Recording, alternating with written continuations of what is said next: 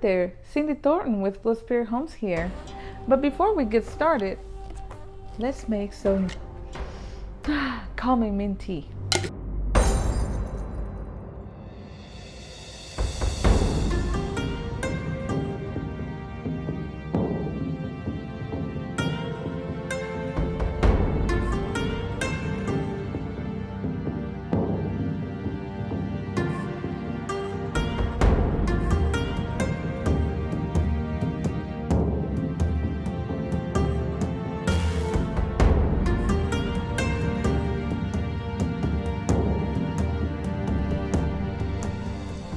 Oh yeah, much better.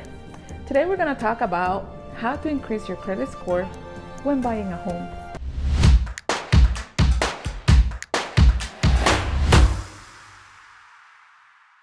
First off, we have some of the worst financial education here in the United States, even on the most basic level. Many Americans live under crippling debt. If you have no credit, bad credit, or even good credit, I have some great information to get you started. This won't be about financial education. This is more along the lines of what a home lender looks for on a credit report. Here are some issues you need to address before buying a home.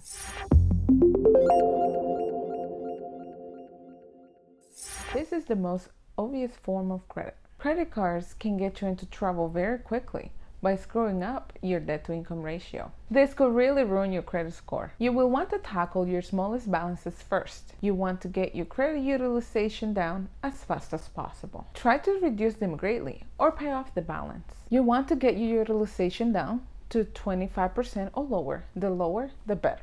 If you have a lot to tackle, you can transfer balances to cards with lower interest to help you reduce your debt faster. Credit cards are usually the biggest obstacle to increase your credit score. This is usually in the form of medical debt. This can also be any form of unpaid debt. Stop ignoring those letters in the mail and start tackling them. The balances may scare you, but I can assure you it's not the end of the world. Call the number on the letter and explain your financial situation. Most debt collectors will settle the account for less than what is owed. You will never know this unless you call. Make sure you request a letter to be sent that the debt was settled. You may need to provide it to a lender when financing a home. Sometimes when settling a debt, it might take a while to update your credit report. Car loans are also a big part of your debt-to-income ratio. If your debt-to-income ratio is still high, this might be another cost. You need to get more of that car paid down in order to help that ratio. You can attempt to refinance your car loan with a lower interest rate where you can pay the balance faster. Another great factor affecting your debt-to-income ratio is student loans. These are the hardest to tackle because they typically carry the highest balances compared to anything else on your credit report. Nothing to fear though. There are tons of programs out there that can help you reduce the amount you owe. You can also change your payment plans, and even in certain cases you may have your loans forgiven. Make sure you exhaust every option you have to help your debt-to-income ratio.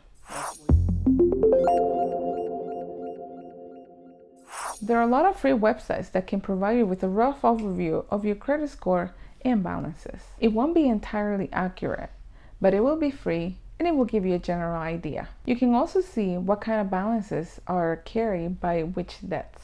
You can also go to annualcreditreport.com once a year to get your free credit report. This will detail all of your balances and collections for you. Then you can start tackling the items I mentioned earlier. Once you get your debt-to-income ratio in check, you're more likely to get approved for financing.